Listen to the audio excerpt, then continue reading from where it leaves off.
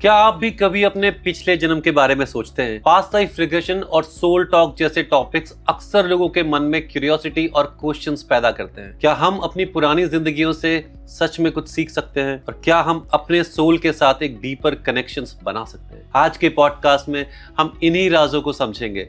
इस बारे में डीपली नॉलेज देने के लिए मेरे साथ मौजूद हैं life coach, internationally certified access consciousness facilitator, coach, expert tarot reader और स्पिरिचुअल हीलर वर्षा संगल जी, जो हमें बताएंगी कि सोल टॉक और रिग्रेशन किस तरह से हमारी जिंदगी में एक नई रोशनी ला सकते हैं। वर्षा जी ने कई सोल्स को रिलीज करने में भी मदद करी है। सोल का कनेक्शन डेथ से जुड़ा हुआ है, क्योंकि आफ्टर डेथ सोल ही दूसरे बॉडी में ट्रैवल करती है। तो वर्षा जी, स्वागत है आपका शो में। और सबसे पहले ये बताइए कि what is death? So Deepak, death एक ऐसा ट्रांजिशन है जो सबके साथ होता है, लेकिन मैं आपको ये बताना चाहूँगी कि डेथ एक स्टॉप नहीं है। जैसे हम लोग रात में सोते हैं और हमें पता है कि हम अगले दिन उठेंगे, तो हम जब कोई भी आदमी डेथ में जाता है, जिसकी डेथ होती है, उसे पता होता है कि उसके बाद वो एक नई जर्नी पे जाएगा, एक नई फिजिकल बॉडी लेगा और आगे ट्रांजिशन में जाएगा। सो डेथ एक ऐसा प्रोसेस है जो ऑन गोइंग प्रोसेस है और इसे होल हार्टेडली लेना चाहिए। कई बार हम लोग ये समझते ही नहीं हैं कि there is a world of soul. कितना अननोन ये टॉपिक है कई लोगों के लिए कि एक वर्ल्ड ऑफ सोल भी होती है। 3 तरह की हम लोग बहुत ध्यान देते हैं 3 चीज़ों पे, एक अपने माइंड, एक बॉडी और एक सोल पे। पर सबसे ज़्यादा अगर आप देखें तो लोग सिर्फ पूरी ज़िंदगी माइंड और बॉडी के बारे में ही बात करते हैं। Just think about it, they are really concerned and they have their entire focus on either their mind or their body. They really want to purchase good clothes, want to go to gym, exercise themselves to keep them fit, and which is a good thing, right? Same way for their mind, uplifting mind, वो कुछ practicals करेंगे या IQ level अपना बढ़ाएंगे, books पढ़ेंगे, which again is a very good thing. पर कितने लोग ऐसे होते हैं जो सोल के ऊपर फोकस करते हैं, जो सोल की लर्निंग में जाते हैं, जो ये देखते हैं हमारे लाइफ का पर्पस क्या है, हम क्यों आए हैं यहाँ पर। आपको हमेशा यहाँ तो नहीं रहना है, आपकी जर्नी ऑनगोइंग है और आप आगे जिस भी प्लेन में जाते हैं, सिर्फ आप एक लर्निंग लेकर जाते हैं कि आपने क्या सीखा इस प्लैनेट अर्थ पे। कितने लोग होते हैं जो उस पे फोकस करते हैं। तो आज हम जो पॉडकास्ट कर रहे हैं, मेरा इसी बात में आप लोगों को एक एनलाइटमेंट देना है, आप लोगों को एम्पावर करना है और आपको कुछ इस तरह की चीज़ें आपको बतानी है कि प्लीज़, बहुत अच्छी बात है आप अपने माइंड और बॉडी पे काम करते हैं, लेकिन प्लीज़ सोल को भी फॉर ग्रांटेड मत लीजिए। सोल पर भी ध्यान दीजिए, क्योंकि अल्टीमेटली जब आप इस प्लैनेट अर्थ से जाएंगे, इस फिजिकल बॉडी को छोड़ के दूसरी फिजिकल बॉडी या हायर रिल में जाएंगे और जब आप वहाँ पे अपने स्पिरिट गाइड से मिलेंगे, तब वहाँ पर सिर्फ और सिर्फ फोकस जो होगा वो आप क्या सीख कर आए हैं, क्या करके आए हैं और क्या एजेंडा था आपका, उस पर बात होती है, which is the soul purpose, soul enhancement and soul knowledge. Okay, तो क्या होता है जब डेथ होती है किसी की और उसके बाद सोल के साथ क्या होता है? ये बहुत मिसकंसेप्ट है कि डेथ एक पेनफुल प्रोसेस है, जो कि है। मैं ये नहीं कहती कि हर एक कोई उसे इजीली ले लेता है डेथ को। कई लोगों के लिए ये बहुत ही पेनफुल प्रोसेस होता है, कई लोगों के लिए बड़ा इजी प्रोसेस होता है। अब मेरे पास जिस तरह के केसेस आते हैं, जब मैं आकाशिक रिकॉर्ड्स रीडिंग करती हूँ या मैं मीडियमशिप करती हूँ, चैनल करती हूँ सोल से, तो कई बार सोल मुझे बताती है कि हमें जब पता चला कि हमारे जाने का टाइम आ गया है, तो हमें बड़ी इनसिक्योरिटी हुई, हम जाना नहीं चाह रहे थे यहाँ से। पहले बात तो मैं आपको ये बता दूं कि डेथ कोई एक नेचुरल प्रोसेस है और for a friction of seconds soul को ऐसा लगता है जैसे कोई पुश करता है ना, जैसे आपको किसी ने धक्का दिया और आप इस कमरे से निकल के दूसरे कमरे में पुश हो गए, बस वो वाली चीज होती है। उसके बाद सोल फ्री हो जाती है। तो एक वो झटका जरूर सोल को लगता है कि हाँ, मैंने अपनी फिजिकल बॉडी छोड़ दी, लेकिन उस झटके के लिए कई बार आपकी सोल रेडी नहीं होती है। बट ये भी फैक्ट है कि जब किसी के जाने का टाइम पास आता है, तो उससे 3-4 महीने पहले या कुछ दिन, कुछ हफ्ते, कुछ दिन पहले और कई लोगों को 1 साल पहले भी पता चल जाता है कि वो जाने वाले हैं। Now this might be controversial, you know, for many people कि नहीं, हमारे घर वाले तो बहुत खुश थे, वो वेकेशन हमारे साथ प्लान कर रहे थे, वो कह रहे थे कि अब मैं इस लोगों से भी मिलूंगा, अभी हमें ये काम करना है, इसकी शादी करनी है, ऐसे। लेकिन मैं उन सब में नहीं जाना चाहूँगी। मैं ये बताना चाहूँगी कि आपकी सोल को पता चल जाता है, आपके अंतर मन को पता चल जाता है कि हाँ, अब हमें ये प्लैनेट अर्थ छोड़ के जाने का टाइम हमारा आ रहा है। कई लोग बड़ी इस तरह की बातें करने लगते हैं, हो सकता है यही आखिरी दिवाली है, मैं इसके बाद और दिवाली ना ले पाऊँ। या जो अब्रॉड में लोग होते हैं जिनके मैंने आकाशिक रिकॉर्ड्स किए हैं, जब मैंने या सोल टॉक करी है, जब मैंने उनके घर वालों से बात की तो उन्होंने इस बात को विटनेस किया और हाँ में हाँ मिलाई कि हाँ, मैंने कहा जब वो गए होंगे तो उन्होंने कुछ इस तरह से बोला होगा कि चलो इंडिया चलते हैं, मुझे अपने प्रियजनों से मिलना है, वहाँ के कुछ काम करने हैं, मैं उनके साथ टाइम बिताना चाहता हूँ, और यहाँ आकर उनकी डेथ हुई है। तो हो सकता है वो कॉन्शियसली नहीं बोल रहे हैं, पर सबकॉन्शियसली वो जानते हैं कि उनके जाने का टाइम आने वाला है और वो अपनी कुछ अधूरी बातें पूरी करना चाहते हैं या गिव अप करना चाह रहे हैं, लेट गो करने लगे हैं लोग। ऐसे लोगों की डेथ बहुत ही सिंपल वे में फुल एनलाइटनमेंट के साथ होती है। उन्हें ये पता होता है कि भाई ये सब मोहमाया है, यहाँ पर जितना टाइम बिताना था अच्छे से बिता लिया, अब आगे की जर्नी देखनी है। लेकिन कुछ लोगों के लिए ये बड़ा डिफिकल्ट होता है, वो इसको नहीं एक्सेप्ट कर पाते फॉर अ सिंपल रीज़न कि जब उन्हें पता चलता है उनकी डेथ होने वाली है तो वो मोह माया में फंस जाते हैं, वो कंट्रोल नहीं देना चाहते, या उनकी एक्सपेक्टेशंस होती हैं या उनकी डिज़ायर्स होती हैं, अरे हमने ये तो पूरा ही नहीं किया। उनके लिए बड़ी दिक्कत होती है। तो जो ईजिली जाने वाले होते हैं, अगर आपको अभी देखो तो वो लास्ट में बोलने लगते हैं, अच्छा ठीक है अब थोड़े से ना भजन कीर्तन कर लेते हैं, थोड़ा सा गीता का पाठ रखवा लेते हैं घर में, तुलसी के पत्ते सुबह सुबह खाने शुरू कर देते हैं, तो उनके लिए इजी गोइंग हो जाती है। वो एक्सेप्ट करने लगते हैं कि हाँ मुझे जाना है। जो लोग एक्सेप्ट नहीं कर पाते हैं वो उनके लिए बड़ी दिक्कत होती है। फिर हम उनको समझाते हैं कि प्लीज़ आप जाइए, क्योंकि जब डेथ होती है दीपक, एक हायर रिल्म में पोर्टल ओपन हो जाता है और वहाँ पर सोल जाती है। तो कई लोगों को आपने सुना होगा जब वो डेथ बेड पर होते हैं या कुछ दिन पहले वो बोलने लगते हैं कि मुझे अपने मम्मी पापा दिख रहे हैं या पर्टिकुलर एंसेस्टर्स दिख रहे हैं। तो क्योंकि एक डेथ, देखो डेथ लोगों के लिए, अगर आप आम लोगों के लिए बात करो तो एक पेनफुल प्रोसेस होता है, कोई भी उस प्रोसेस से नहीं निकलना चाहता, क्योंकि अर्थ बाउंड एनर्जीज ऐसी होती हैं कि आप अपने रिश्तेदारों में, बच्चों में, पोता पोती नाती में आपकी जान अटकी हुई होती है किसी ना किसी चीज़ में, तो वो नहीं निकलना चाहते हैं वहाँ से। तो इस तरह से फिर उन्हें हम कहते हैं कि प्लीज़ आप एक्सपेक्टेशंस कम रखिए। और वैसे भी आप अगर देखें तो लोग, जब मैंने सोल टॉक्स करी हैं तो कई लोगों ने कहा कि मुझे इस पे इतना गुस्सा था, मुझे इससे रिवेंज लेना था। हम फॉरगिवनेस में कहाँ पाते हैं? तो वो भी आपके प्राण को रोके रखती है और डेथ प्रोसेस को बहुत डिफिकल्ट कर देती है।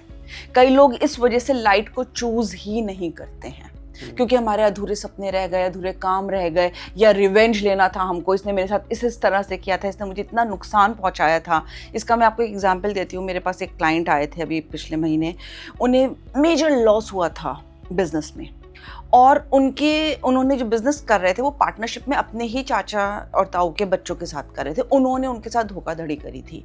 तो जब वो डेथ बेड पर थे, उन्हें कैंसर हो गया था, तो उन्होंने कहा मुझे ना वर्षा जी बड़ा दुख है दिल से कि जिन पर मैंने सबसे ज़्यादा भरोसा किया उन्होंने ही मुझे धोखा दिया और मेरे ना छुरी भोंपी बैक में। तो उन्हें मैंने यही समझाया, मैंने कहा देखो हर चीज़ कार्मिक होती है, मोमेंट बाय मोमेंट आप चॉइसेस बना रहे हो, यू नेवर नो कि उनका आपके साथ पास्ट लाइफ में क्या कॉन्ट्रैक्ट था जो उन्होंने अब इस तरह से आपके साथ पूरा किया है। बहुत अच्छा किया आपने, भरोसा किया आपने, लोगों के लिए इतना किया। कई लोग कहते हैं मैंने अपने भाई बहन की शादी कराई, घर बनवाया, इन लोगों ने मेरे साथ ऐसे ट्रीट किया मुझे। मैं कहती हूँ आपने किया, फिर उसको भूल जाओ, एक्सपेक्टेशंस मत रखो, क्योंकि जब आप एक्सपेक्टेशंस रखते हो आप अपनी कॉर्ड्स अटैच रखते हो, और अगर आपने अपनी कॉर्ड्स इतनी अटैच कर रखी हैं तो आप समझ लो कि आप जब इस रिल्म को छोड़ के जाओगे आपके लिए वो पाथ बहुत मुश्किल हो जाएगा जाने के लिए। It's not that easy.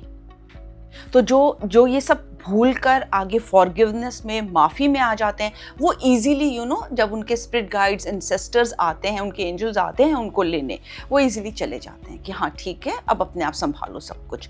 जो नहीं कर पाते हैं उनके लिए डेथ प्रोसेस पेनफुल हो जाता है। कई बार वो लाइफ चूज भी नहीं करते और वो यहीं इसे रिल में रह जाते हैं। वो नहीं जाना चाहते कि अरे हमने तो अपनी फैमिली को, हमारे बिना कैसे फैमिली चलेगी, वो पावर लेकर बैठे रहते हैं, कंट्रोल सिस्टम उनके हाथ में होता है। कई लोग, अगर आप देखेंगे, मेरे पास एक बिजनेस फैमिली से आया था कि उनके दादा गए ही नहीं, क्योंकि उन्हें ये फियर था कि मैंने तो अपने बच्चों को कुछ सिखाया ही नहीं, मेरे बिना वो बिजनेस कैसे कर पाएंगे। ये गुजरात की एक फैमिली की बात बता रही हूँ मैं आपसे। उन्होंने ऑनलाइन मुझसे सेशन लिया था, तो जब मैंने सोल टॉक करी, कहते हैं वर्षा जी मैं कैसे जा सकता हूँ, मैंने तो इन लोगों को कुछ सिखाया ही नहीं। तो जब मैंने उनसे पूछा कि आपने क्यों नहीं सिखाया, कहते अरे मैं अगर सिखा देता तो इन्हें सारी ट्रेड्स पता चल जाती, फिर मेरा वजन फैमिली से कम हो जाता, ये लोग मुझे पूछते ही ना। तो फैमिली में हम लोग कैसे अपनी पावर बना के रखते हैं, हम लेट गो ही नहीं करना चाहते हैं। इस बात के लिए प्लीज मैं यंगर जनरेशन से भी ये कहना चाहूंगी कि आपके जो बड़े बूढ़े हैं उनसे आपको बिजनेस मिल रहा है, उन्होंने वाकई में आपके लिए पेन्स लिए हैं, उन्होंने आपको सब कुछ सेटअप करके दिया है। जो हार्डशिप्स उन्होंने देखी आपने नहीं देखी, आपको तो पला पलाया बिजनेस मिल गया ना। तो प्लीज उनको रिस्पेक्ट दें, उनके साथ टाइम स्पेंड करें। जो वो आपको नॉलेज दे रहे हैं वो आपके अपने हैं, आप उनके अपने फ्लैश एंड ब्लड हैं, वो आपको क्यों नहीं सिखाना चाहेंगे। पर जब उन्होंने आपको सिखा दिया, ऐसे नहीं कि आप उनको एक बैक सीट पे बिठा दें, उनको इज्जत दे। ये चीज़ें बहुत मैटर करती हैं। ऑन अ लार्जर नोट मैं आपको कहूँगी, आजकल जैसे पितृपक्ष चल रहा है, राइट दीपक? yes. मैं अभी मंडे को मैंने ये डेट ना मेंटली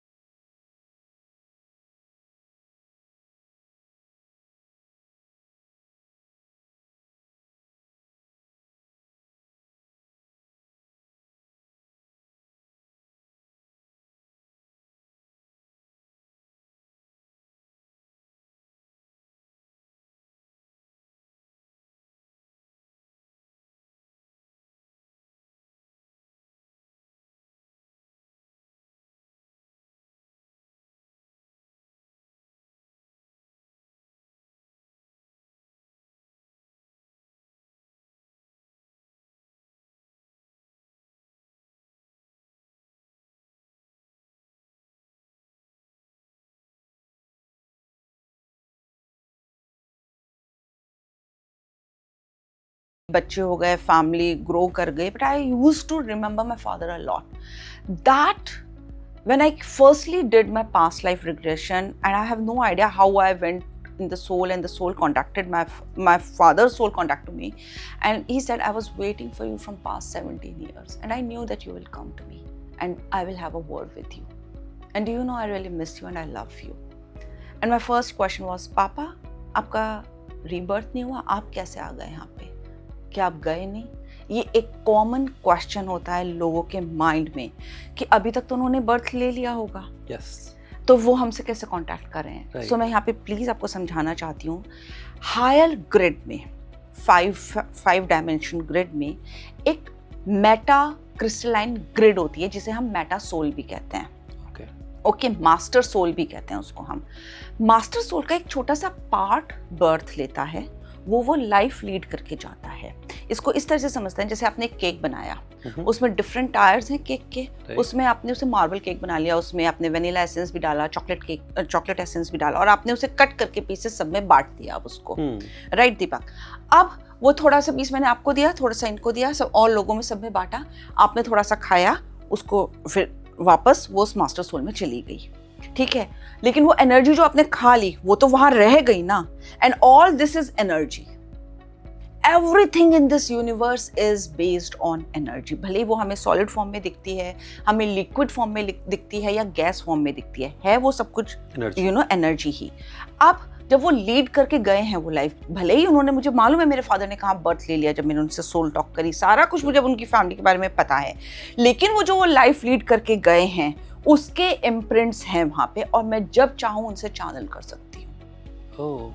राइट और क्यों एंसेस्ट्रल ये पितृपक्ष इतना पावरफुल एक टाइम माना जाता है अर्थ पे, जब हमें अपने पितरों को याद करना चाहिए, उनसे बात करनी चाहिए, कोई भूल चूक हो गई हो तो हमें उनसे माफ़ी मांगनी चाहिए और हमें भी उन्हें माफ़ कर देना चाहिए। हमारे एंसेस्टर्स भी कोई बहुत खुदा नहीं थे, भगवान नहीं थे कि उनसे कोई गलती नहीं हो सकती, हो सकता है उनसे भी हुई हो, जितनी उनकी समझ थी उन्होंने उस हिसाब से किया, और हमें भी उसे लेट गो करके इनिशियली ये देखना चाहिए कि वो हमसे कितनी मोहब्बत करते थे, कितना प्यार करते थे।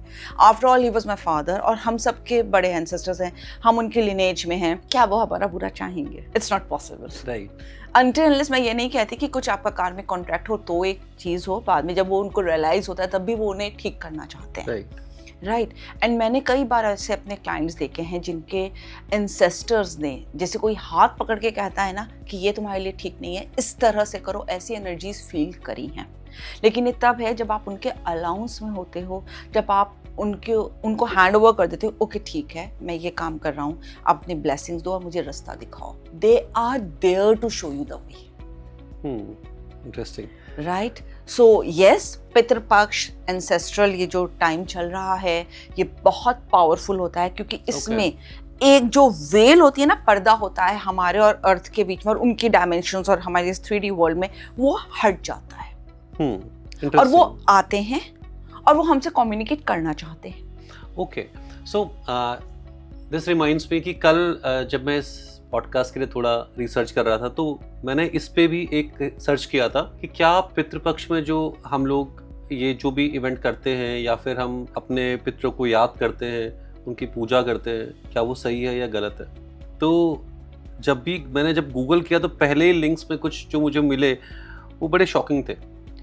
उसमें ये साफ लिखा था कि ऐसा कुछ भी हमारे जो भी शास्त्र हैं इन सब में कुछ नहीं लिखा हुआ है, और इनफैक्ट गीता में ये साफ लिखा हुआ है कि ये जो पितृ वाला ये जो सारा प्रोसेस है ये हमारे जो कल्चर है या जो भी हम इसे बोलते हैं इसके अगेंस्ट है, हमको ये नहीं करना चाहिए। अकॉर्डिंग टू गीता, उसके सम श्लोक मैं मेंशन कर दूंगा वीडियो में, वहां पे ये बोलते हैं कि अगर आप देवताओं की पूजा करेंगे तो आप नेक्स्ट उसमें देवताओं की क्लोज जाएंगे, अगर आप पितरों की करेंगे तो आप पितर बन जाएंगे। इस तरीके का कुछ उनका कॉन्सेप्ट है गीता में। तो आपने जैसे बताया कि इस मूवमेंट पे या इस टाइम पे वो पितृ जो है वो आते हैं और हम उनसे कर सकते हैं। तो अभी तक तो हमारे पास सिर्फ बुकिश नॉलेज है जो कि हो सकता है 5000 साल पहले लिखी गई है या 10,000 साल पहले लिखी गई है, बट कितना उस पर ट्रस्ट कर सकते हैं ये तो कोई पता नहीं। बट क्योंकि आप तो सोल टॉक कर रहे हो और आप वो PLR प्रोसेस के थ्रू ये जान सकते हैं कि क्या इस जो ये ड्यूरेशन है पितृपक्ष की, क्या इसमें सच में ऐसा होता है कि वो ज्यादा एक्टिव होते हैं। आपने बहुत अच्छा क्वेश्चन पूछा है। बहुत लोगों के में ना ये इंक्यूजिटिवनेस होती है, क्यूरियोसिटी होती है कि हम तो पंडित को खाना खिला रहे हैं, अब ये क्या है कि ये हमारे पितरों को मिल रहा है। तो मैं आपको एक बात बता दूं, अभी आपने मुझसे क्वेश्चन पूछा था डेथ को लेकर, कि सोल को पता होता है कि वो जाने वाली है, पर वो कई बार बहुत ज्यादा मोह जाल में, एक्सपेक्टेशंस में, डिजायर्स में फंस जाती है कि मुझे नहीं जाना है।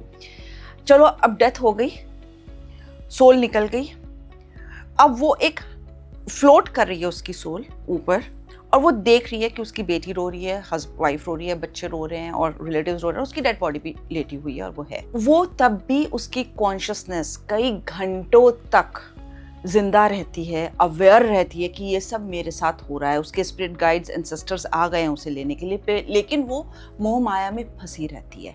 इसलिए ये कहा जाता है कि 13 दिन तक हम मॉर्निंग करते हैं, मतलब बहुत शोक मनाते हैं, और 13 दिन में हमें उन पितरों का जो जा चुके हैं हमारे पितर, उनका सामान दे देना चाहिए जिससे उनका कोई अटैचमेंट ना रहे किसी चीज से। लेकिन हम उसे क्या करते हैं, हम उसे पकड़ के बैठ जाते हैं, राइट, जो कि नहीं करना चाहिए। सोल को भी बताना होगा, देखो ये बात सच है कि वो अब जब वो बॉडी से निकल गई तो उसका पेन, फिजिकल पेन खत्म हो गया, क्योंकि हमारी जो फिजिकल बॉडी होती है वो एक केज के जैसे होती है, जिसमें हमारा माइंड होता है, नर्वस सिस्टम होता है, इमोशनल रिस्पॉन्सेज होते हैं जो हमारी फिजिकल बॉडी में पेन पॉइंट्स बनाते हैं।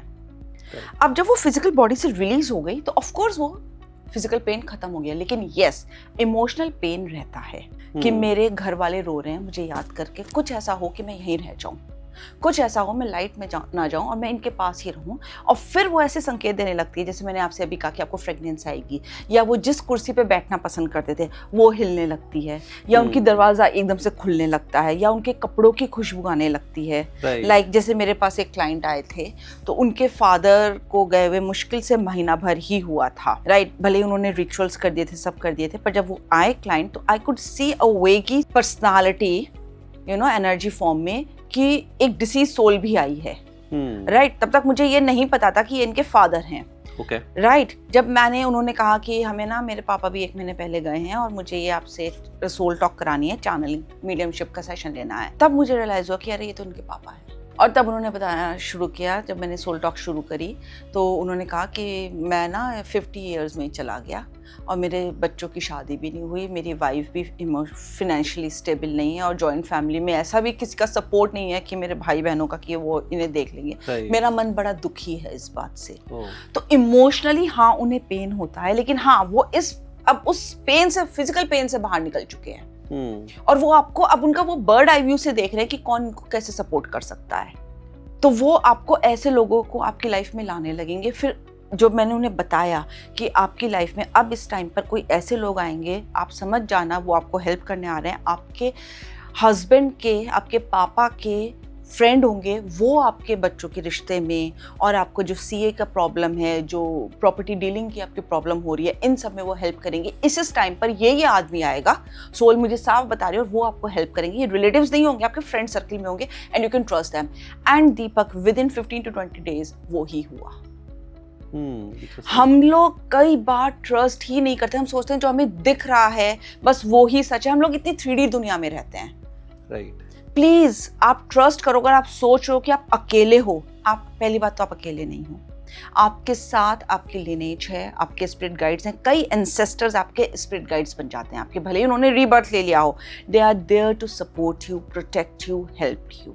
मैंने कितनी सोल चैनलिंग कर रखी है जिसमें मैंने ये सब विटनेस किया और मैंने उन्हें बताया भी है कि आप अकेले नहीं हो। और फिर मेरे क्लाइंट्स ने बताया कि हाँ वो मुझे ना सपने में ऐसे प्यार कर रहे थे, उन्होंने मेरे फोरहेड पे ऐसे ही मेरे पापा किस करते थे और ऐसे ही मुझे फील हुआ, ऐसे किया, मुझे ऐसा लगा जैसे एक वार्मथ ने मुझे गले लगा लिया हो, सर पे ऐसे प्यार से आशीर्वाद में हाथ दिया। तो जब वो जिंदा थे तब भी वो ऐसे करते थे। I could feel that thing.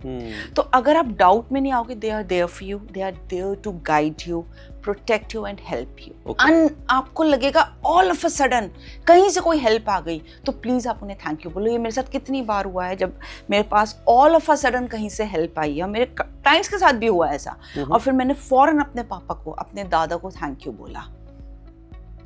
मुझे पता है मेरे दादा ने हेल्प करी। I was working on a possessed lady and इसके ऊपर हम कोई और पॉडकास्ट करेंगे, पर मैं आपको एक बहुत छोटा सा एग्जाम्पल दे रही हूँ। And I was going clueless कि इसमें कैसे करना है ये। And all of a sudden मेरी दादी आई, ऐसे करना, ये हो जाएगा, तुझे बताया तो था मैंने। And I did it and it happened. You know, categorize it or I didn't actualize it with a conscious mind. मैंने जिस एनर्जी को फॉलो किया, अब मुझे कुछ नहीं पता मेरी दादी ने कब बताया था मुझे, कब कैसे उन्होंने बताया था, पर उन्होंने कहा तुझे ऐसे बताया था ना मैंने, तो ऐसे कर देखिए हो जाएगा ठीक। एंड मैंने लिटरली वो फॉलो किया और वो हो गया। They are there for you, they are there to guide you, they are there to help you. आपके एंसेस्टर्स का ये बहुत ब्यूटीफुल टाइम चल रहा है। They are there on this planet earth. वो आपको देख रहे हैं, आपको सपोर्ट करना चाहते हैं। कोई अगर आपके मन में कोई उनको लेकर बात हो, फॉरगिवनेस ले लो, उन्हें फॉरगिव कर दो। आप जब ये रिचुअल्स करते हो, सी इसमें मैं एक स्पिरिचुअलिटी का एंगल लाना चाहूँगी। हर सोल के पास एक चॉइस होती है कि वो at the time of death, जब उसकी डेथ हो चुकी होती है, तो वो लाइट में जाए या ना जाए। वो आपके रिचुअल्स पर डिपेंडेंट नहीं है। पहली बात तो आप ये देख लो, क्योंकि जो लोग जिनका कोई आगे फैमिली नहीं होती, या जो ऑर्फन्स होते हैं, या जो लवारिस होते हैं, क्या उनका पिंडदान और ये सब होता है? उनके पास भी चॉइस होती है, वो लाइट में जाएं और आगे बढ़ जाएं। So that is totally, they are not dependent on your rituals. पहली बात तो आप ये दिमाग में ला लीजिए। हाँ, रिचुअल जरूरी क्यों होते हैं? क्योंकि जब सोल देख रही है कि आप रो रहे हो, आप परेशान हो, तो सोल दुखी हो जाती है। आप उनके लव्ड वंस हो, और तब जब आप ये सारे रिचुअल्स दे रहे हो, आप भी मेंटली अपने आप को स्ट्रॉन्ग कर रहे हो कि अब वो जा चुके हैं, वो अब ये नहीं आएंगे इस वर्ल्ड में, अब वो हमारे साथ नहीं हैं, और आपको ये रिचुअल्स करते देख कर कि वो आपको सुख दे रहे हैं, खुशी दे रहे हैं, तो वो खुश हो जाते हैं। तो इन 16 दिनों में, 15-16 दिन में जब हम ये रिचुअल्स करते हैं, आपके एंसेस्टर्स देख रहे हैं कि ये आपको चीज़ खुशी देती है, तो आप करते हैं वो चीज़, वो भी खुश होते हैं। जैसे my father was a chain smoker, मैं उनकी तिथि पे डेफिनेटली सिगरेट्स के पैकेट्स डिस्ट्रीब्यूट करती हूँ। जो सड़क पे लोग बैठे होते हैं, जो उनको पसंद था वो मैं देती हूँ। उन्हें चाय बहुत पसंद थी, वो दिन में 2 से 3 बार चाय ज़रूर पीते थे, और मेरे हाथ की पीते थे। उन्हें मूंग की दाल का हलवा बड़ा पसंद था, तो मैं लंगर लगाती हूँ। मूंग की दाल का हलवा और चाय मैं डेफिनेटली देती हूँ। सिर्फ यही 2 चीज़ें देती हूँ, क्योंकि मेरे पापा को वो बहुत पसंद थी। सो इसमें अगर कई लोग सोचते हैं कि अगर लड़की, कोई लड़का नहीं है फैमिली में, तो क्या लड़की कर सकती है ये? हाँ, कर सकती है, क्योंकि इमोशंस लड़का और लड़की को देखकर नहीं आते। हम जितने भाई बहन हैं, उनमें सबसे बड़ी मैं हूँ। मैंने कभी नहीं सोचा कि मैं ये क्यों करूँ जब मेरा भाई या मम्मी कर रहे हैं। तो सोल इन सबकी मोहताज नहीं होती है। सो आप प्लीज करिए, और आपका भाव बहुत इंपॉर्टेंट होता है। मैं आपको फिर कह रही हूँ, इंटेंशंस बहुत जरूरी होती हैं, जिस इंटेंशन से आप कर रहे हैं। इसमें जैसे आपने अभी बड़ा अच्छी चीज़ बताई कि जब सोल है, अब डेथ हो गई है, डेथ के बाद वो सोल हमारे साथ नहीं है, हम उससे बात कर पा रहे हैं फिर भी, क्योंकि वो हमारे लिए, हम उनके लव्ड वंस हैं, और वो हमारे लिए वरीड हैं या फिर खुश हैं, तो जैसे भी है, बट वो देख पा रहे हैं। अब ये साइकिल मैं जानना चाहता हूँ कितना लंबा चलता है। सो फॉर एग्जांपल, आज एक पीढ़ी है, कल हम नहीं होंगे, फिर हमारे बच्चे भी नहीं होंगे, वो सब कब तक वो जो अटैचमेंट है वो सोल्स के बीच में बना रहता है? जब डेथ हो जाती है तो क्या हम उनसे मिल पाते हैं ऊपर, या ये इसके बारे में भी कुछ आपकी मोडालिटी में कुछ लिखा हुआ है या कुछ ऐसा है? सो विद टाइम मैंने देखा है, ऑफ कोर्स हमारे यहाँ तो हम लोग करते ही हैं इसमें, विद टाइम मैंने देखा है, जिन लोगों के प्राण निकलने वाले होते हैं, कुछ दिन पहले, कुछ घंटे पहले वो बोलने लगते हैं, मुझे अपने मम्मी पापा दिखे, क्योंकि वो एंसेस्टर्स आते हैं उनको लेने। वो डेथ का प्रोसेस जब वो गो थ्रू कर रहे होते हैं, वो इतना फेयरफुल होता है अपनी फिजिकल बॉडी छोड़ने का, कि उनके स्पिरिट गाइड्स, एंजल्स, एंसेस्टर्स उन्हें आते हैं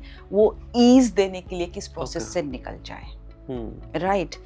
एंड दूसरी बात आपने क्या पूछी थी? मैंने ये पूछा था कि कितना लंबा चलता है, कितनी पीढ़ियों के लिए चलता है। सो फॉर एग्जांपल, अब हम चले गए उनके पास, क्या हम वहाँ पे उनके साथ वैसे ही रह सकते हैं जैसे कि हम मेरे पास एक जमींदार फैमिली आई थी, उत्तर प्रदेश की ही। अब उसका मैं आपको एक केस बताती हूँ। पहले याद है, बहुत सारे बच्चे होते थे, राइट, और ये मैं आपको बता रही हूँ करीब 150-200 साल पुरानी बात। अभी आई थिंक हमारी जो इमीडिएट फैमिलीज भी होती हैं, मॉम डैड, वहाँ पे भी 6-7 तो रहते ही हैं। तो लेकिन आजकल फिर भी इंडिविजुअल फैमिलीज का एक चलन हो गया चेंज हो गया, but I am talking about 50s 60s। हाँ, तो 50s 60s में 6-7 बच्चे तो होते थे, बड़े कॉमन थे इंडिया में। मैं आपको बता रही हूँ 150 साल पुरानी बात, जो ये केस मैंने हैंडल कर रखा है। गांव की थी, जमींदार थे, और तब ये होता था कि कई गांव उनकी ही प्रेमिसेस विसिनिटी में आते थे। वो एक तरह से राजा हुआ करते थे उस जगह के। राजा शिप खत्म हुई तो जमींदार हो गए। अब एक फादर के 3 बच्चे, और पहले क्या होता था, हवेलियों में रहते थे। आप अभी भी गांव में जाओगे ना तो कहोगे ये हवेली उनकी है, वहां ये लोग रहते थे। और सारे भाइयों के बच्चे, उनके बच्चे, बहुएं, सारे ऐसे ये सब उस लिनेज में एक ही घर में रहा करते थे, और एक ही किचन होती थी। अब एक भाई को ये आया कि मेरे भाई के तो सिर्फ 2 लड़के हैं और मेरे ज्यादा हैं, अगर इसके दोनों बच्चे किसी मिसहैप में अपनी जान दे दें तो इसकी सारी प्रॉपर्टी भी मेरे बच्चों को मिल जाएगी। An example of greed. उन्होंने क्या किया, ब्लैक मैजिक करा के, अब पहले क्या होता था, गौना हुआ करता था, छोटे छोटे बच्चों की शादियां हो गई। फिर जब वो गौना होता था, वो दूल्हा लेने जाता था वाइफ को, जब वो 15-16 साल का या 18 साल का कुछ ऐसा हो जाता था, ये हर फैमिली का होता था, या 20 साल का हो जाता था। बचपन में शादी हो गई, जब वो गौना कराने ले जा रहा था तो उसे कुछ उड़ती हुई मटकी दिखाई थी। Now this might be mind boggling for many people, but ये मैंने केस खुद हैंडल कर रखा है, राइट। एंड वो एकदम से गिरा, उसे कुछ हुआ नशा सा, और उसने सिर्फ ये बोला कि लोगों ने पूछा क्या हुआ तुझे, क्या हुआ, तो ठीक था बिल्कुल, 18-19 साल का लड़का, बिल्कुल हेलन हार्टी। कहते पता नहीं, मुझे तो उड़ती हुई मटकी दिखाई दी and he expired on the moment. Right. अब बाल विधवा हुआ करती थी, उस विधवा को लाके घर में रख लिया, भाई गौना तो होना ही था ना, अब वो घर में आके रहने लगी। एक बेटा तो ऐसे एक्सपायर हो गया, दूसरा कहीं शिकार पे गया था, पानी पीने के लिए कहीं झील पे गया या लेक पे कहीं गया, मगरमच्छ ने उसका पैर खींच लिया, उस पर भी कुछ करवाया गया था, वहां पे एक्सपायर हो गया। अब वो एक्सपायर हो गया, जब डेथ हुई उसके फादर की और उसने देखा कि इतनी सडन डेथ, इतनी मार्मिक डेथ सिर्फ प्रॉपर्टी को लेकर हुई है मेरे बच्चों में, तो उसने कर्ज दिया कि ठीक है मैं ये प्रॉपर्टी तुम्हारे बच्चों को आगे देके जा रहा हूँ, पर जिसने भी ये किया है वो भी कभी फल फूल नहीं पाएगा। उसमें एक जनरेशन में उसका बच्चे ही नहीं हुए, या जो होते थे किसी को कान से ब्लीडिंग हुई, नाक से ब्लीडिंग हुई, तब साइंस इतनी अवेलेबल नहीं थी और वो उनकी डेथ होती चली गई। जब मैंने उनका आकाशिक रिकॉर्ड्स किया, मैंने कहा आपको ये एंसेस्ट्रल कर्स है, ग्रीड के लिए आप लोगों ने वो पूरी एक नष्ट ही कर दी थी, तो वो आगे चली ही नहीं आपकी। नाउ कई बार हम लोग क्या सोचते हैं पूजा पाठ से, मैं ये बिल्कुल नहीं कह रही कि पूजा पाठ आप मत कराइए, पर प्लीज उसमें इंटेंशंस भी क्लियर रखिए, आप उनसे माफी मांगिए। ये होता है सोल डीएनए कि उसने 3-4 पीढ़ी पहले आपने कर्ज दिया, वो फिर सोल पर आया, फिर सोल पर आया, फिर सोल पे आया। This forms the soul DNA. लोगों को डाउट होता है ना कि सोल डीएनए होता क्या है। आकाशिक रिकॉर्ड्स एक्चुअली में आपका सोल डीएनए होता है, जो आपके एंसेस्ट्रल लाइनेज से बताता है कि उन्होंने क्या किया था, क्या वो खुश थे। और ऐसा ही नहीं है कि वो सिर्फ ओथ वॉ कर्सेस के फॉर्म में आता है, वो ब्लेसिंग्स की फॉर्म में भी आता है। कई लोगों को आपने सुना होगा, पता नहीं यार अचानक से पता नहीं क्या हुआ, मुझे तो बहुत बड़ा हवेली जैसे घर मिल गया। And Deepak, don't go of art. मैं आपको अपना बताती हूँ, we are from a service class family. मेरे हस्बैंड का सर्विस है, मेरे इन लॉज सर्विस से रिटायर हुए हैं, मैं तो अब आई हूँ, मेरा बेटा सर्विस कर रहा है, डॉटर अभी पढ़ रही है। मुझे नहीं पता मैं कैसे इतने लैविश पेंट हाउस में शिफ्ट हूँ। मैंने सोचा भी नहीं था, मेरे ख्वाबों ख्यालों में भी नहीं था कि मैं इतनी एक्सपेंसिव प्रॉपर्टी में हार्ट ऑफ नोएडा में जा सकती हूँ। आप तो आए मेरे घर में, internal, it's a beautiful house अंदर से, and it's a paint house. आपको ब्लेसिंग्स मिलती हैं अगर आपको अचानक से लॉटरी लग जाए, या आपको अचानक से कहीं से पैसे आ जाएं, आप समझ जाओ आपकी एंसेस्ट्रल ब्लेसिंग्स हैं। हम इसे मानते ही नहीं है। जब ये घर मुझे मिला, यू हैव नो आइडिया, मैंने अपने इन लॉज को कितना थैंक यू कहा, अपने हस्बैंड की तरफ के दादा दादी को, अपने पापा को, मम्मी तो हैं अभी मेरे, अपने पापा को, अपने दादा को, दादी को। मुझे पता है वो लोग मुझे हेल्प करते हैं। मेरी इस पूरी जो मैं ये काम करती हूँ, इसमें मुझे पता है वो मेरी बैकबोन है, वो तो मुझे पूरी तरह से सपोर्ट कर रहे हैं। सो मैंने उन्हें बहुत ग्रैटिट्यूड पे किया। बहुत आसान होता है ना, हम लोग ये बोलते हैं कि, और ये सच है दीपक, साफ मन बहुत हल्का होता है पर बहुत भारी पड़ता है सब पे। आज आप जो कर रहे हो, आप सोचो आपको कोई नहीं देख रहा, यू हैव नो आइडिया, आपके कर्म सब लोग देख रहे हैं। जो एक हायर रिल्म है उसमें सब नोटिस किया जा रहा है। तो प्लीज आप जो कर्म कर रहे हो वो आपके एंसेस्टर्स पे, और जो आगे आपकी लिनेज आ रही है आपके उन पे इफेक्ट डालता है। तो कई फैमिलीज में आपने देखा होगा कि जमींदारों में लेडीज को बड़ा मिसट्रीट किया जाता था, या उनसे जबरदस्ती लगान वसूल किया जाता था। अरे भाई खाने को नहीं है तो माफ कर दो ना, क्यों अपनी तिजोरियां भर रहे हो। तो पूजा पाठ आप कराओ, लेकिन जब तक आप इन डेप्थ जाकर वहां से उसको रिवर्स नहीं करोगे कि अच्छा ठीक है, अब जो भी लेडी हमारे घर में आएगी, आप कहीं पर देखो, जब मैंने ऐसे लोगों को बताया है ना कि आपकी फैमिली में, उन्होंने अपनी लेडीज के लिटरली पैर धो धो के उनकी पूजा करी है। अपार्ट ऑफ दिस, मेरे हस्बैंड की फाइनेंशियल रियलिटी इतनी चेंज हुई जब मेरी बेटी पैदा हुई है। मेरे हस्बैंड से कोई कहेगा ना, वो सड़क के बीच रास्ते खड़े होकर मेरी बेटी के पैर छू सकते हैं, बिकॉज ही ऑलवेज एडमिट्स कि पता नहीं किस रूप में मेरे एंसेस्टर्स आ गए, जो मेरी बेटी के आते ही मेरी जिंदगी बिल्कुल बदल गई। ये होता है, आप उसको एक्नॉलेज करो कि हाँ कोई एंसेस्टर आपकी आगे लिनेज में पैदा हुए हैं, वो आपका पीछे का शायद कुछ रिवर्स करने के लिए आगे आपकी लिनेज में आए हैं, उसे आप हील कर रहे हो, उन्हें वो ठीक कर रहे हैं। और आपको फिर अपनी इंटेंशंस भी चेंज करनी होगी, अपनी कंडीशनिंग पे भी काम करना होगा आपको। कई लोगों ने, जैसे अभी मैंने आपको लगान की बात बताई, तो उन्हें चैरिटी करनी होगी, क्योंकि आप वो रिवर्स कर रहे हो जो उन्होंने किया है ना, जो कर्ज लिए हैं उन्होंने लोगों के, उन्हें आपको रिवर्स कैसे करोगे आप, जब तक आप उस मोह माया से निकलोगे नहीं। जब तक आप उस डिजायर को खत्म नहीं करोगे कि हाँ भाई ठीक है पैसा है लेकिन उसके ऊपर भी कर्म है मेरे, तभी हम कहते हैं ना कि आप इस, अभी जब मैंने पॉडकास्ट स्टार्ट किया था मैंने आपसे कहा था ना कि सोल जर्नी, आपकी सोल का लेसन बहुत इंपॉर्टेंट होता है, क्योंकि आगे जब आप आगे जा रहे हो आप ये माइंड बॉडी कुछ नहीं लेके जा रहे हो, अपने कर्म, अपने लेसन, आपने क्या किया है आप वो आगे लेकर जा रहे हो, क्योंकि वो ही आगे देखा जाता है। तो इसी बात पे एक और क्वेश्चन दिमाग में आ रहा है कि अगर किसी की डेथ बहुत ही ब्रूटल तरीके से होती है, आज हम देखते हैं कोई किसी को मार देता है अपने छोटे से अपने लालच के लिए, थोड़े से ग्रीड के लिए, कोई गोली मार रहा है, कोई किसी को एक्सीडेंट करवा रहा है, तो अगर किसी के ऐसे ब्रूटल डेथ अगर होती है तो उसके बाद क्या होता है उस सोल के साथ?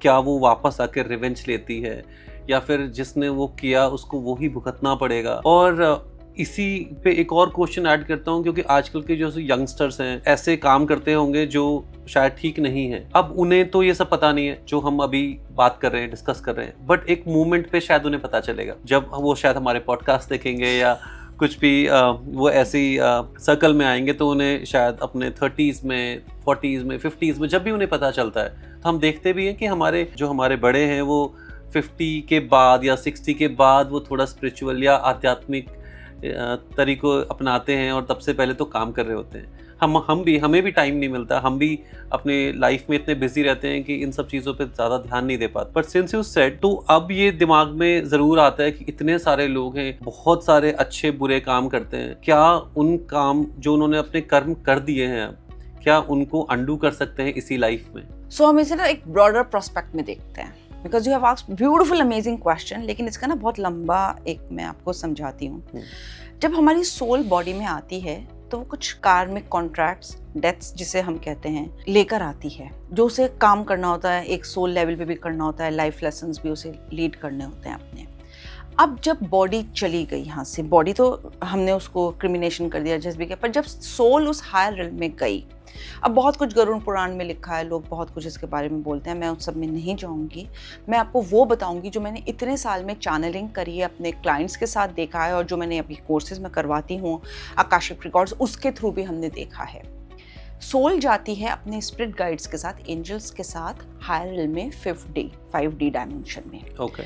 वहाँ पे जो आकाशिक रिकॉर्ड्स रीडर होते हैं, फिर वो उनका सोल और पूरी लाइफ का प्लान लेकर उनके सामने बैठते हैं और उन्हें बताते हैं कि देखो जब तुम अर्थ पर गए थे तो तुम्हें ये करना था, तुमको ये करना था और तुम्हें ये करना था। Now I would really love to add here one thing, जितना भी हेल का कॉन्सेप्ट होता है और सब कुछ, इसके ऊपर काफ़ी बुक्स आई हैं, मैं उन सब के अगेंस्ट भी नहीं जाऊंगी, लेकिन कोई फियर बेस्ड नहीं है ये। मैंने खुद ने देखा है, इतनी विटनेस करी है मैंने लाइव्स और सोल्स को, जब मैंने बात करी है, वो एनर्जी ना नॉन जजमेंटल एनर्जी होती है, वहाँ पे कुछ भी सही और गलत नहीं होता, बड़ी लविंग सूदिंग एनर्जीज होती है। और वहाँ पे आपके स्पिरिट गाइड्स जो हैं, आकाशिक रिकॉर्ड्स कीपर्स जो हैं, वो बड़ी एक ऑनरिंग एनर्जी के साथ आपसे बात करते हैं, बड़ी लविंग वे में, और फिर वो आपको बताते हैं देखो तुम ये काम करने गए थे, ये करना था, ये करना था, ये सब तुम्हें करना था, और फिर एक पिक्चर की तरह पूरी आपकी जिंदगी वो आपके सामने चलाते हैं। ठीक है, राइट। अब वो जिंदगी चल रही है, वो कह रहे हैं हाँ इस टाइम पर मैं ये काम कर सकता था या कर सकती थी, मेरे पास ये आया था लेकिन मैं बिजी थी, मैंने सोचा मैं बाद में करूँगी, या मैं अपने आराम में थी, मैं लेजी थी, या मैं प्रोक्रेस्टिनेट कर गई, मैंने इसको इतनी तवज्जो नहीं दिया। राइट। सो आप उसके बेसिस पे आपकी नई लाइफ प्लान होती है, आपके नए रिकॉर्ड्स लिखे जाते हैं, आपके नए सोल फैमिली बनती है कि अच्छा अब जाना और अब ये काम पूरे करके आना। तो कई लोगों की लाइफ अगर आपको डिफ़िकल्ट लगती है तो पहली बात तो प्लीज़ उनके साथ सिंपैथेटिक मत होइए, क्योंकि यू नेवर नो, एक लेमन लैंग्वेज में, एक फिजिकल अपीयरेंस में अगर आपको कोई चीज़ बहुत डिफ़िकल्ट लग रही है तो वो स्पिरिचुअल लेवल पे बहुत ही स्ट्रॉन्ग है, उन्हें वो अपना लेसन पूरा करना था। सोल बहुत करेजियस है, उसने स्पेशली ये लाइफ चूज़ करी है कि भाई मैं पहले नहीं कर पाई ये सारा चूज़, तो अब मैं इसे कंप्लीट करूँगी। Okay. तो डिफ़िकल्ट लाइफ अगर आपको लगती है कि जनरली हमारे मन में ना एक बहुत सिंपैथी आती है जब हम बैगर्स को देखते हैं, या हम बहुत इल डिजीज्ड या इल टर्मिनेटेड पेशेंट्स को देखते हैं, हमें बड़ी तकलीफ होती है कि हे भगवान Right. तू इन्हें इतना दुख क्यों दे रहा है. Yes. You have no idea your their soul has chosen this. और इट्स ओके फॉर दैम, क्योंकि उन्हें अपना वो कार्मिक बैगेज पूरा करना था. Okay. अब इस बात पर आती है ब्रूटल डेथ. कई बार सोल चूज करती है कि मैं भाई ऐसे ही डेथ चूज करूंगा क्योंकि मैंने पास्ट लाइफ में किसी को ऐसा ब्रूटली मारा था. Oh. Got it. और मेरे पास ऐसे बहुत केसेस आए हैं, बहुत केसेस आए हैं कि भाई मुझे अपना ऋण इससे चुकता करना था. और ऐसा हुआ था. एक मैं आपको केस बताती हूँ. एक ये इंडिपेंडेंस के टाइम की बात है, पंजाब का एक केस है जिसमें फिर एक सोल टॉक करी थी मैंने, लिनेज देखा था. और वो एक लेडी आई मेरे पास कि हमारी ना फैमिली में पता नहीं क्या है ऐसा वर्षा जी कि हम ना बस हॉस्पिटल के ही चक्कर काटते रहते हैं, ख़त्म ही नहीं होता है. और ऐसी ऐसी बीमारियां जो जनरली लोगों में नहीं होंगी हमारी फैमिली में पता नहीं कहाँ से आ जाती हैं. तो जब मैंने उनका आकाशिक रिकॉर्ड खोला तो उसमें आया कि ये जलियांवाला बाग हुआ था. Yes. उसमें कितने लोग मर गए थे. हाँ. राइट, एकदम से. Yes. So no points attach with it, पर उसमें काफ़ी यंगस्टर्स भी थे, सब थे. तो एक 17-18 साल का, एक सरदार फैमिली थी, 17-18 साल के बच्चे को दिल में गोली लगी थी और वो वहीं गिरा और कई लोग उसे स्टैम्प करके भागे थे. तो उसके पीठ पर भी बर्थ मार्क था जब वो पैदा हुआ इस लाइफ में, और उसके हार्ट में होल था और उसे 2 गोलियां लगी थी. जब मैंने उसे पूरा देखा तो उसके जो फादर थे, इतने यंग उसकी डेथ हुई थी कि वो उसे उठा उठा के सब जगह भाग रहे थे. लेकिन तब क्योंकि अमृतसर में उधर जहाँ भी ये सब हुआ था, सब ने बंद कर दिए थे दरवाजे, वो उसे बचा नहीं पाए थे. उन्होंने आगे की अपनी पूरी लाइफ पागल होकर बिताई थी कि मेरा इतना यंग बच्चा चला गया. और मैंने पूरा देखा उनको, उनकी सोल को बताया. Okay. और उनको बताया और उनको फॉरगिवनेस करवाई, पीस करवाया, दैट्स अनदर थिंग. लेकिन वो सब मैंने बताया उनकी फैमिली को कि आपकी फैमिली में आप जाओ पीछे, इस तरह के केस हुआ है. उनका बैंग ऑन बिल्कुल ऐसा हुआ था. हमारी बताती हैं नानी दादी ने हमें बताया है कि उन्होंने पूरी पागलपन में अपने वो लाइफ निकाली. अब जब वो सोल बन के गए ऊपर, उन्होंने स्पिरिट गाइड से बोला इतना यंग मेरा लड़का ऐसे हुआ और मैं उसे बचा भी नहीं पाया, ये क्या हो गया मेरे साथ. पेन, इमोशनल पेन, फॉरगिवनेस नहीं कर पाए वो करें. फिर जब उन्होंने कहा कि मैं अब उसी बच्चे को लूँगा और मैं उसे हॉस्पिटलाइज में जैसे कि करके प्यार मोहब्बत से उसे पालूंगा और तुम मुझे वो बच्चा दोगे, वो ही सोल इनकारनेट हुई. वो पहले उसके फादर हुए एज अ लेडी, उनकी शादी हुई, वो ही बेबी हुआ हार्ट में 2 होल लेके और बैक में उसका बर्थ मार्क था. उन्होंने बड़े केयरिंग के साथ, प्यार के साथ उसकी सर्जरी करवाई, उसको प्यार में रखा, सारा उसे नर्चर किया. तो वो कार्मिक डेथ अपना पूरा कर रहे थे उसके साथ. जो वो उस जो अनफुलफिल्ड डिजायर्स जो हमारी होती हैं वो उस सोल के साथ पूरा कर रहे थे.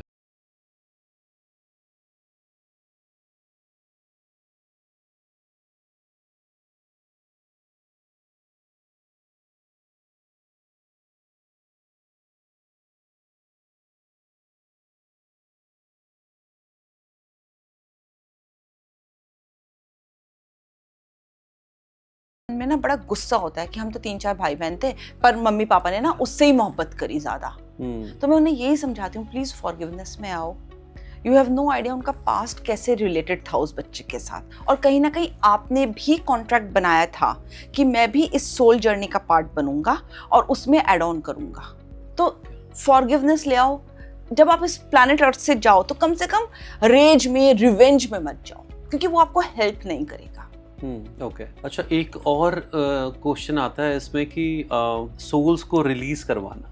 मैम, आप सोल्स को रिलीज करवाते हो, तो जब आप रिलीज करवाते हो किसी सोल्स को, आप परमिशंस लेते हो सोल से या किसी और से सोल को रिलीज करवाने के लिए? हाँ, मैं परमिशन लेती हूँ.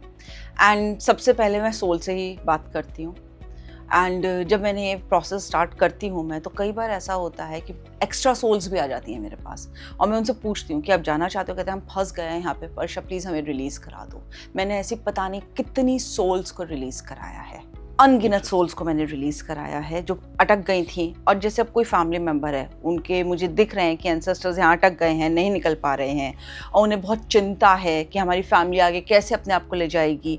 तो मैं उन्हें बताती हूँ, यकीन दिलाती हूँ और उनकी बात करवाती हूँ सोल टॉक में. उनके सामने ही सारा प्रोसेस होता है, जैसे आप बैठे हैं, मैं बैठी हूँ और जैसे सामने सोल बैठी है. और मैं उन्हें बताऊँगी कि देखो सोल मुझे कह रही है कि उन्हें चिंता है कि तुम बच्चों को ठीक से पाल लोगे ना. अगर दादी के पास ही बच्चे पले हैं और दादी इसी वजह से नहीं जाना चाह रही कि पता नहीं माँ बाप के पास तो टाइम नहीं होता, वर्किंग है, पता नहीं बच्चों को ठीक से पाल पाएंगे या नहीं. तो मैं पूरा प्रोसेस करवाती हूँ कि हाँ, हम पाल लेंगे, आप जाइए, आप मुक्त होके जाइए, आप बस ब्लेसिंग्स दीजिए, ये लोग आके देख लेंगे, आप मूव ऑन हो जाइए लाइट में। परमिशन भी लेती हूँ, अगर कहीं पे कुछ डिज़ायर्स रह गई हैं तो मैं बताती हूँ प्लीज़ ये पूरा कर देना। जैसे मेरे पास एक फैमिली आई, उन्होंने कहा कि अजीब अजीब सी चीज़ें होने लगी हैं दादी सास के जाने के बाद, फैमिली में पता नहीं क्या होने लगा है, कोई सब बीमार पड़ रहे हैं, ये है वो है। तो जब मैं सेशन ले रही थी तो बस एक छोटी सी चीज़ आई कि मैं बहुत चिंता में हूँ कि ये मेरे लड्डू गोपाल का ध्यान रख लें। Such an innocent ask and wish कि ये कर लें। तो जब मैंने उन्हें बताया, दे वर अमेज्ड कि हाँ ये तो हर वक्त लड्डू गोपाल का अब खाने का टाइम है, अब दूध का टाइम है, अब मक्खन का टाइम है, जरा सा ही मक्खन निकालेंगी घर का, लेकिन मिश्री डाल के उन्हें खिलाती थी, सब करती थी। अच्छा दादी आप जाइए, हम कर लेंगे ये सारे काम। एंड सारी जो प्रॉब्लम्स अराइज हुई फैमिली में वो सब खत्म हो गई। फिर कई बार सोल क्योंकि वो अटक गई है, उन्हें ये लगता है कि और कोई केयर ही नहीं कर पाएगा आगे, तो वो कुछ ऐसी सिचुएशंस घर में पैदा होने लगती हैं आपके, आप देखोगे कि बीमार पड़ने लगे या चोट लगने लगी, अरे ठीक है तो चलते पता नहीं कैसे गिर गए। तो वो सोल अपनी तरफ ध्यान लेना चाह रही है कि प्लीज़ मेरी सुन लो, मेरा ये का काम है, तुम मुझे विश्वास दिलाओ कि तुम इसको कर लोगे, मैं चली जाऊंगी यहाँ से। सो वेरी स्मॉल थिंग्स, जब सोल को पता चल जाता है, यकीन हो जाता है कि हाँ ये हो जाएगा, they are ready to move on. Permission भी हम लेते हैं, हम फॉरगिवनेस भी करवाते हैं अगर कोई गहरा वुंड है जो उन्हें अच्छे नहीं लगा। जैसे अभी मैंने एक लव मैरिज का आपको केस बताया कि वो लड़का लव मैरिज करना चाहता था, फादर अगेंस्ट थे, तो उसने एक हार्ड स्टेप लिया, अपने पापा को हिट कर दिया। नाउ पापा बाद में राजी हो गया, इकलौता लड़का था, लेकिन वो वुंड उनकी सोल पे रह गया। तो जब कुछ फैमिलीज में ऐसी केस हुआ उसके, जब वो लड़का मेरे पास आकाशिक रिकॉर्ड्स करने आया, तो जब मैंने एंसेस्टर्स का चैप्टर ओपन किया और उसमें किया मैंने, तो मैंने कहा कि एक अनह्यूमन काइंड एक्ट था, शायद बचपने में था, शायद वो एक एग्रेसिवनेस में था, don't take it otherwise, but आपने शायद इस तरह से किया अपने पापा के साथ। उसे सरप्राइज हुआ कि आपको कैसे पता। मैं कहा क्योंकि ये दिख रहा है मुझे। तो मैंने कहा आप माफ़ी मांग लीजिए, he is ready to move on, आपका ईज में आ जाओगे आप। वो हर्ट हुए कहीं पे, ठीक है उन्होंने आपको माफ़ कर दिया, लेकिन वो एक था उन्हें हर्ट कि मेरे बेटे ने ऐसा किया। सो हमें एक्शंस थोड़े ध्यान से मैं पहले भी कहती हूँ, ज़रूरी नहीं है कि आप अपने एंसेस्टर्स या अपने जो घर के बड़े हैं उनकी सारी बातों से आप कन्विंस होंगे, लेकिन बात करने का तरीका होता है, राइट? इतने एग्रेशन में मत आओ, प्यार से बोल दो, उन्हें समझा दो। देखो आपका ये हर एक का पॉइंट ऑफ व्यू होता है ज़िंदगी जीने का। उन्होंने हार्डशिप्स देखी होंगी अपने लाइफ में, शायद वो हमेशा उन्होंने बिजनेस ट्राई किया करने का, वो नहीं कर पाए बिजनेस, तो उन्हें लगता है सिक्योरिटी है कि भाई 9 to 5 जॉब करो, महीने की तनख्वाह आ रही है, बस इसमें ही ऐश करो, इसलिए वो तुम्हें बिजनेस करना नहीं देना चाह रहे। अगर तुम बिजनेस करना चाह रहे हो और तुम फेल हो रहे हो बार बार, तो प्लीज़ बैठ जाओ शांति से, अपने एंसेस्टर्स से बात करो कि ठीक है आप नहीं कर पाए, पर अब मुझे अपनी ब्लेसिंग्स दो, मैं करना चाहती हूँ ये। राइट, जैसे मैंने आपको दीपक पहले भी बोला, मेरा ये सारा काम बेस्ड ही मेरे एंसेस्टर्स पर है, वो ही मुझे इसमें लेकर आए कि तुम करो इसको, वो ही मुझे फॉरवर्ड लेके जा रहे हैं। मैंने कितनी बार उनकी प्रेजेंस फील करी है, मैंने कितनी बार देखा है कि उन्होंने मुझे आके इन्फॉर्मेशन दी कि इसको ऐसे ऐसे करो, ये हो जाएगा ठीक है। क्रेडिट लोग मुझे देते हैं, लेकिन मैं जानती हूँ उसके पीछे कौन है, और मैं उन्हें हर वक्त उठते बैठते थैंक्स कहती हूँ। तो जिस तरह से ये होता है ना दीपक, बच्चे का एक दिन जन्मदिन होता है, आप मनाते हो बड़े धूमधाम से, उस दिन आपको ज्यादा प्यार आता है अपने बच्चे पे, लेकिन ऐसा थोड़ी है कि आप बाकी 364 डेज अपने बच्चों से प्यार नहीं करते। तो एक टाइम पीरियड होता है अर्थ पे कि एंसेस्ट्रल टाइम है, आप उस पर खूब करो काम, अपने एंसेस्टर्स को याद करो, दान दक्षिणा करो, पूजा पाठ करो, इंटेंशंस अच्छे के साथ, लेकिन ऐसा नहीं है पूरे साल भूल जाओ। मुझे अच्छे से पता है, मेरी सासू माँ मुझसे दिवाली के पहले भी पितरों का निकलवाती हैं, कोई खुशी का मौका होता है तो पितरों का निकालो होली से पहले, और बहुत फैमिलीज में ऐसा होता है, ये बिल्कुल होता है। मेरी सास मुझसे करवाती है, निकालो अपने पितरों का, करो, उनको थैंक यू बोलो। ये जब आज कुछ हो रहा है, तुम्हारे बच्चों के 12th में अच्छे मार्क्स आए हैं, तो जाओ पितरों के नाम का हलवा निकाल के वर्षा करो, इसको हलवा बनाओ और पितरों का अलग से दान करके आओ, जाओ, मैं खिलाती हूँ लोगों को। अब ये मेरे मेमोरेन बन गई है कि कोई भी अच्छी बात होगी मुझे करना ही करना है ये रिचुअल, मुझे उन्हें दिखाना है कि मैं आपको भूली नहीं हूँ, आप हैं मेरे साथ, और मैं इसे एक्नॉलेज कर रही हूँ। अच्छा, इसमें काफी लोग का ये भी है कि आप नॉनवेज ना खाएं, आप ये सब, मतलब डिफरेंट लोगों का डिफरेंट अपने रिचुअल्स होते हैं। जैसे हम भी देखते हैं कि नवरात्रि में नॉर्थ इंडिया में आप नॉन वेज बैन होता है साउथ इंडिया में, जैसे बंगाल में वहाँ खाते हैं, तो सबके अपने अपने मेथड्स हैं। और कुछ लोग कहते हैं कि हमें प्याज और लहसुन नहीं खाना चाहिए। तो क्या इसमें खाने पीने का भी ये सब मैटर करता है, या फिर ये सब इंटेंशन है कि अगर हमारी इंटेंशंस अच्छी हैं? और कुछ लोग तो मैंने ऐसे भी देखे हैं, वो बोलते हैं कि हमारे जो एंसेस्टर्स थे ना, उनको नॉनवेज ही अच्छा लगता था, तो हम तो नॉनवेज ही बनाएंगे। तो ऐसा भी मैंने सुना है। तो इसमें आपका क्या पॉइंट ऑफ व्यू सो है? जैसे मैंने अभी आपसे बोला कि मेरे पापा वाज अ चेन स्मोकर, हाँ, तो मैं सिगरेट जरूर बंटवाती हूँ, राइट। राइट, तो सोल आपकी इंटेंशन देख रही है, वो इस पे मोहताज नहीं है कि आप क्या खिला रहे हो क्या नहीं खिला रहे हो। वो ये देख के खुश है कि ये मुझे याद कर रहे हैं और ये खिला रहे हैं लोगों को। राइट, ये फिर आपके बिलीव्स पे हो जाता है। सोल को आगे मूव ऑन करना है, वो लाइट में कर जाएगी। आप उसकी ब्लेसिंग सीख कर रहे हो, ये सब है। हाँ, ये बहुत जगह बोला जाता है कि कोई नया सामान मत खरीदो, नई Yes. प्रॉपर्टी डील मत करो, नए कपड़े मत खरीदो, क्योंकि ये जो एंसेस्टर का टाइम होता है, पितृपक्ष का टाइम होता है, श्राद्धों का टाइम होता है, ये टाइम होता है अपने एंसेस्टर्स को याद करने का, उनकी अच्छी बातें याद करने का, और उनको लेट गो करने का, उनके गुस्से को, उनके जो ऐसी डीड्स को जो हमें शायद पसंद नहीं आती हैं as a kid. Maturity level भी तो विद एज आता है हमें। Yes. कई चीजें हम बाद में रियलाइज करते नहीं यार, वो पापा का पॉइंट ना ठीक था। उस टाइम हमें अच्छा नहीं लगा, लेकिन वो शायद ठीक कर रहे थे अपनी जिंदगी के एक्सपीरियंसेस को देखकर। बाद में पता चलता है, जिंदगी तजुर्बे जब सिखाती है तो विद एज हमें समझ में आती है ये बात। तो हम क्यों नहीं खरीदते? क्योंकि ये टाइम हमारा है एंसेस्टर्स को याद करने का, तो कोई ऑब्स्टेकल ना आए। क्योंकि आप कोई नई चीज खरीदोगे तो उसके लिए आप गूगल करोगे, उस पर आपका दिमाग चलेगा, वहां से आप डिस्ट्रैक्ट ना हो उन्हें याद करने में। उनके साथ बैठें, अपने बच्चों को बताएं कि हाँ आपके नाना या दादा ऐसे थे, ऐसा था। मैंने लिटरली ये दीपक देखा है, जब मैंने एक बार अपनी डॉटर की स्कैनिंग ऐसे बिकॉज आई एम अ क्लियरवॉयंट, तो ऐसी अचानक से हो गई। मैंने अपने पापा की एनर्जीज उसकी स्पेस में देखी। तो जब मैंने अपने पापा से चैनल किया, बात करी, तो he said yes I am there to protect your daughter, how can I not do that, she is into my lineage. और क्या कहते हैं हम लोग कि नहीं, मतलब लड़की की साइड के नहीं आते हैं पितर। ये एक मिथ है। इमोशंस कोई ये देखकर थोड़ी होता है कि लड़के के साथ ही है, लड़की के साथ नहीं है। ऐसा नहीं होता है। मेरे फादर मेरी बेटी को बहुत प्रोटेक्ट करते हैं, एंड आई नो मेरी बेटी बिल्कुल सेफ है, क्योंकि मेरे फादर उसके साथ है। मैं कितनी बार उनसे बात करती हूँ। कई इन्फॉर्मेशन मेरी डॉटर मुझे बाद में देती है, मुझे पहले पता चल जाता है, क्योंकि my father is the source. He knows, I know that he is protecting her and he is giving with information. So अगर आपको ये मिथ है ना कि नहीं, एंसेस्टर्स तो जा चुकी, उनकी एनर्जी जा चुकी, मास्टर सोल होती है, जो मैंने भी आपको इस पॉडकास्ट पे समझाया। एनर्जी इम्प्रिंट्स हैं, वो देख रही है, वो उसकी ब्लेसिंग्स लो, सारा गुस्सा एक तरफ छोड़ दो। ये बहुत प्यारा पीरियड होता है 15-16 दिन का, जब आप अपने एंसेस्टर्स के साथ कनेक्ट करते हो। बैठ जाओ। अगर आप आकाशिक रिकॉर्ड्स के थ्रू नहीं जाना चाहते, जो सेकंड लेवल में हम इसमें सोल कॉन्टैक्ट सिखाते हैं, मैं सिखाती भी हूँ।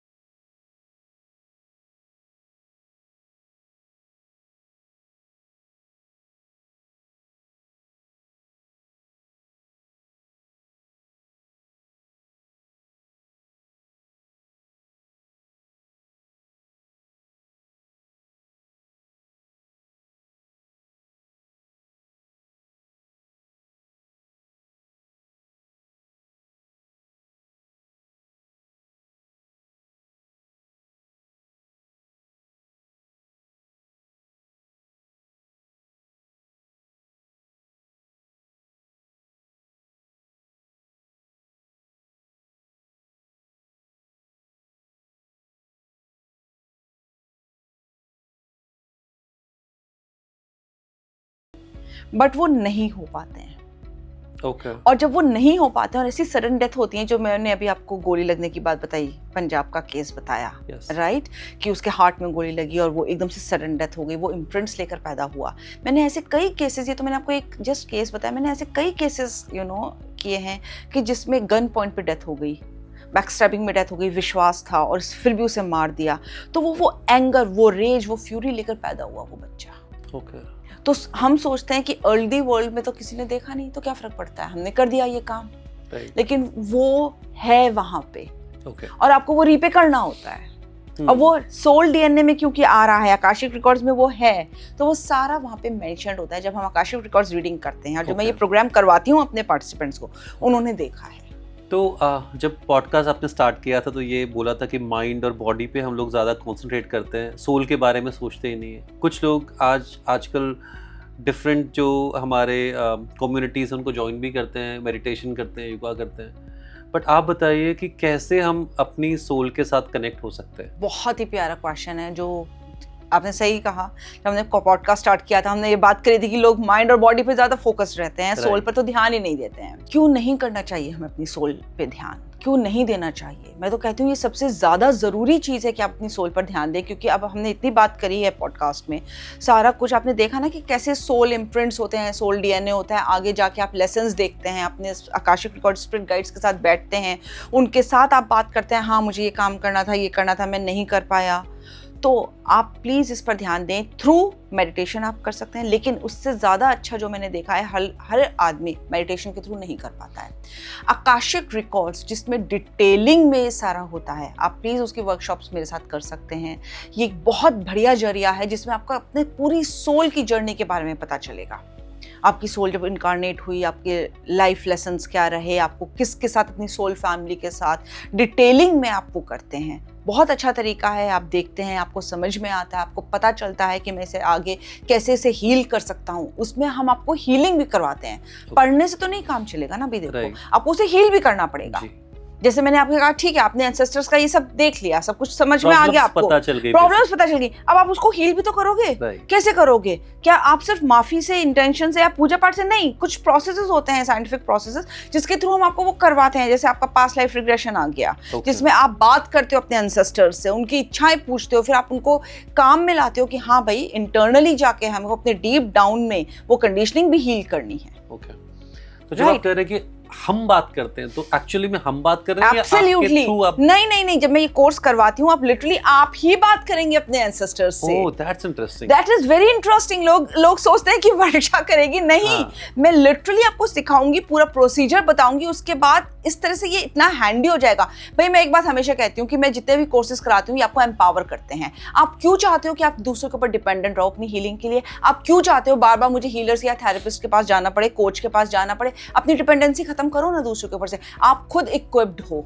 और ये एक मिथ है, ये एक, मैं कहती हूँ कि एक पता नहीं कैसा माइंडसेट है कि आप सोचते हो हम तो कर ही नहीं सकते, हम कैसे सोल से बात कर सकते हैं? अरे भाई, सब लोग कर सकते हैं। हम आपको सिखाते हैं, हम आपका थर्ड आई इतना एक्टिवेट करते हैं थ्रू डिफरेंट मोडालिटीज जो मैं करवाती हूँ आकाशिक रिकॉर्ड्स में। इतनी तरीके से एक्सेस कॉन्शियसनेस के थ्रू हम आपको चैनल करते हैं कि आप अपने एंसेस्टर्स की सोल से, अपनी सोल के भी डीपर डिग कर सकते हो, अपने स्पिरिट गाइड से आप बात कर सकते हो, और मोमेंट बाय मोमेंट वो आपको सपोर्ट करेंगे, आपको हेल्प करेंगे, आपको गाइड करेंगे। ओके। तो मैंने काफ़ी जितने भी ये कम्युनिटीज़ हैं या फिर जितने भी ये ऑर्गेनाइजेशंस हैं, उनको ट्राई किया है। जैसे ISKCON is one of them, ब्रह्म कुमारीज़ हैं। तो कोविड के टाइम पे जब हमारे पास काफ़ी टाइम था, तो मैंने ये सब ट्राई किया। एंड वहाँ पे भी वो आपको एक कोर्स कराते हैं, एंड उस कोर्स के बाद वो हम पे छोड़ देते हैं कि आप इतनी प्रैक्टिस करो, you try to reach to that level. वहाँ तक जब आप पहुँच जाओगे तो आपको कुछ पता चलेगा। वो आपको 2 साल में भी हो सकता है, 10 साल में भी हो सकता है, 50 साल में भी हो सकता है, और नहीं भी हो सकता है। लोग प्रैक्टिस करते रहते हैं और वो उनको कुछ उसका मिलता नहीं है। तो ये जो सारी जितने भी ऑर्गेनाइजेशन हैं, मुझे ये मैं ये मानता हूँ कि इट्स नॉट ईजी कि जब आप मेडिटेशन करते हो, it's not easy to do meditation every day. 1 घंटे के लिए, 2 घंटे के लिए आप नहीं बैठ सकते अपने जो थॉट्स हैं उनको एम्प्टी नहीं कर सकते। आप ये बता रही हैं कि जो आपके कोर्सेज हैं या भी जो भी आप ये मोडालिटी के कोर्सेज करवा रही हैं, इसमें आपके कोर्स करने के बाद हम उस लेवल पे पहुंच जाएंगे।